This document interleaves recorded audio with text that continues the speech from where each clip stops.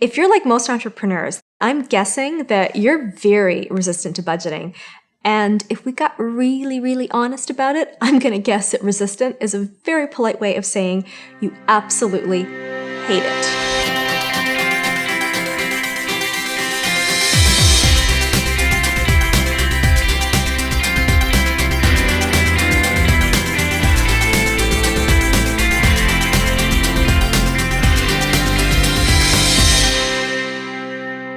Hey there, it's Nafissa Shireen, and welcome to Living Forward TV, where we help you to create a thriving business you absolutely love all around your personal freedom. And today, we're talking about budgets and why you can and should toss them out the window. And hey, maybe you've already done that, but I want to be clear, this episode isn't about going reckless with your money. Quite the opposite.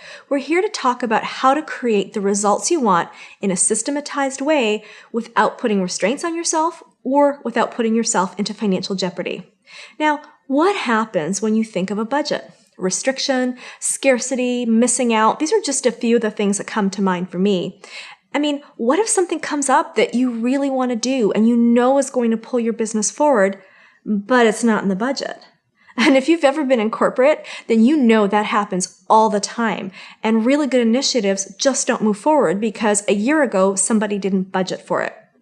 So what happens to you in your business when you're faced with that? Do you not take action, or do you just ignore your budget altogether and go with your gut? Now, this scenario is all too common, and it's why so many entrepreneurs don't budget at all, or if they do, many of them don't even look at it. They just ignore it. And if you've been there, you're in good company. And hey, I'm guilty of that myself. But you know what? That actually leads to a whole host of other problems. You end up feeling guilty and panicked, and your mindset gets all wonky because there's no control of where your money's going. And that leads to a lot of problems. And I'm telling you that a bad mindset and no systems for your money will drain your cash and bank faster than you can blink. And that's why I recommend tossing out the concept of a budget altogether and never bringing it back into your business again. And yes, I realize I did just say that no systems with money will make you broke, but here's the thing. Budgets are one system, for sure, but they're not the only system. And if you're not using them, it's kind of pointless, isn't it? In fact, I truly believe that budgets keep you broke by keeping you small. The reason for that is that a budget doesn't start with what you want to achieve. It literally starts at how much you want to spend. And then you have to decide what activities you're going to spend that amount of money on, and then divide up that pool of money amongst those activities. This is completely backwards. I'm telling you, I'm sorry. The accountants have it wrong. They really do. I mean, how can you possibly know if what you budgeted is the right amount? Or even if you're budgeting the right activities, if you're basing that on some initial arbitrary number? Basically, what you've done is limited what you can accomplish by what you've decided to spend. Instead, what we do in our companies and what I want you to focus on are the results you want to create, and then figure it out what you have to do to make it happen. So what do you want to do? Do you want more clients? Do you want to increase your sales? Do you want to create a new program or product? Do you want to do a webinar or video launch? Do you want to add a new revenue stream? Like seriously, get to what it is you want to do. You really need to get clear on that first, because that's where you start. And once you have that goal established, then the next thing you want to do is decide, when do you want to make it happen? Then ask yourself, how do I make it happen? What time, energy, and resources will create the results I want to achieve in the time I want to do it? So, do you need to network more? Do you need to hire a team? Do you need to invest in mentoring? Specifically, what are the steps that will take you from where you are to that end result you want? And once you've figured all of that out and what it's going to take to create your desired outcome, only then do you start to figure out the cost per item and attach a value to it so that you know how much money to earmark or create in order to make it happen. Now, I know that was a lot to chew on, so let me give you an example to help you of how this might work. Let's say your goal is to meet and enroll more clients. There are 3 ways you can approach this. The first one is just go out there, do whatever it takes to get clients. Go to as many events as you can, travel if you need to, advertise wherever you can put an ad in, enroll in programs. I mean, don't even worry about the money because this activity is about making money, so it shouldn't matter, right? Then there's option number 2.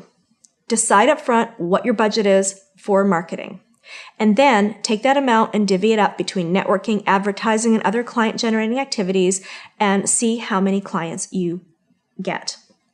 The third way you can handle it is simply decide how many new clients you want.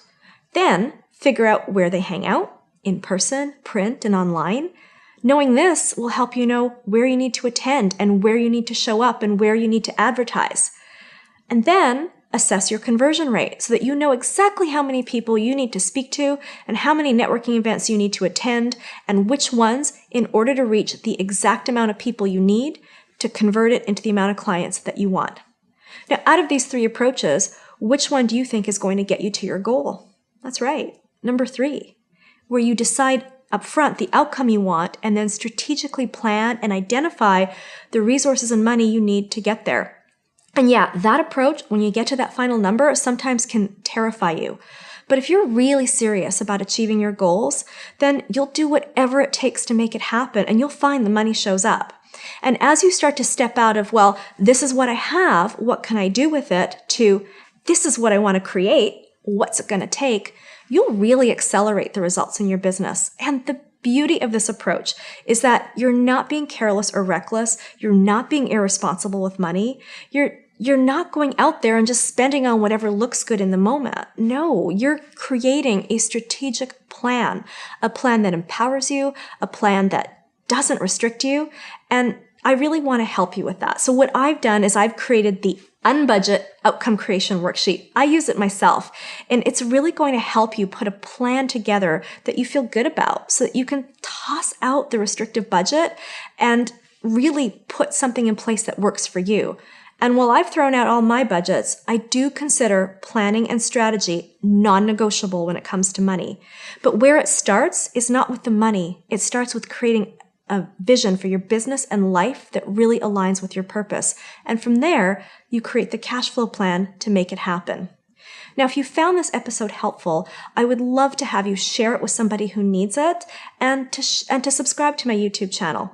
And please leave me a comment below and let me know what you found most helpful about today's episode. I can't wait to read it. And if you would like more help with this and have more questions, then I invite you to join me in my free Living Forward Facebook community, where I come to you live every week on After the Episode, and we dive into these topics in greater detail. All you have to do is go to livingforwardcommunity.com, click the Join Now button, and I'll meet you on the inside.